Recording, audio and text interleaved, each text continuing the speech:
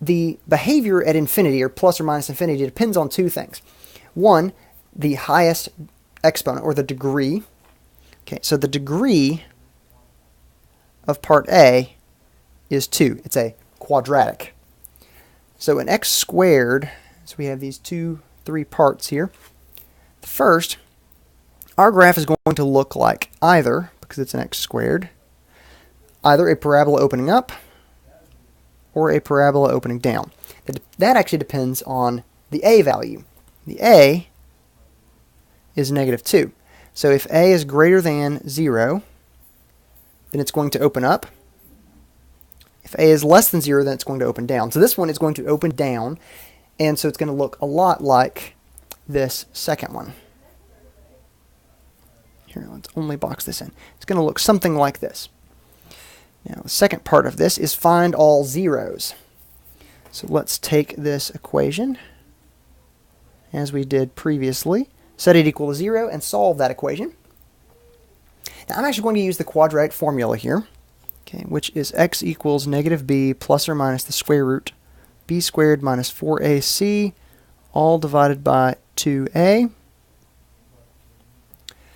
So in this case, my x value is going to be -b, -4, plus or minus the square root of b squared minus 4ac,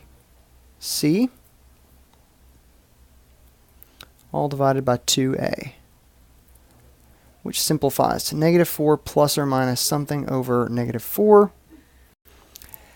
And that is going to be 8. 16 minus, ends up being -8, which will reduce -4 plus or minus 2 root 2 over -4, which means our x values are, I'm just going to go ahead and factor out a -2 here. I'll factor out a negative and a 2. So 2 plus or minus the square root of 2 over 2. All right, so those are my zeros. Now, sketching the graph, I know where my zeros are. They are at 2 plus square root of 2 over 2 and 2 minus square root of 2 over 2. All right, so an estimate of that is, I believe, 0.707. 2 plus square root of 2 divided by 2, at 1.707. So at 1.707, we have one x-intercept. All right, now 2 minus square root of 2 divided by 2 is 0.29. Something like this. Now this function opens down, so our function is going to have to look something like this. Something like that. I'm sure that's not exact, but I could find another point to find, or the vertex, to get a better picture, but I'm going to leave it at that.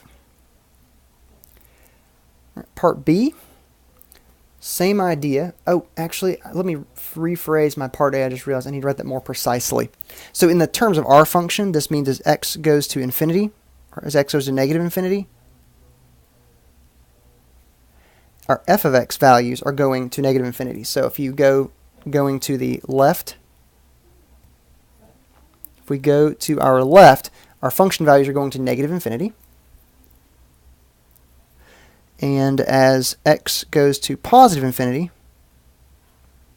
f of x goes to, so as we go to the right, our x values are also going to, or y values are going to negative infinity there as well. All right, so part 1 for this, because this is a third degree polynomial, we have two choices here. It'll either look, it's not very smooth, like this, or like this. So for the first, that would be a greater than 0, and for the second, it would be a less than 0. Our a value here is 1, which means our function is going to look something like this. So the precise way to write that would be as x goes to positive, let's start with negative infinity. As x goes to negative infinity, f of x goes to negative infinity. And as x goes to positive infinity, f of x goes to positive infinity. That gives us a picture of what it's going to look like. Now, we next want to find our zeros. This gives us another thing we can use to plot this or to sketch this graph. All right, so x cubed minus 3x squared minus 4x equals 0. Factoring an x out of this, x squared minus 3x minus 4 equals 0.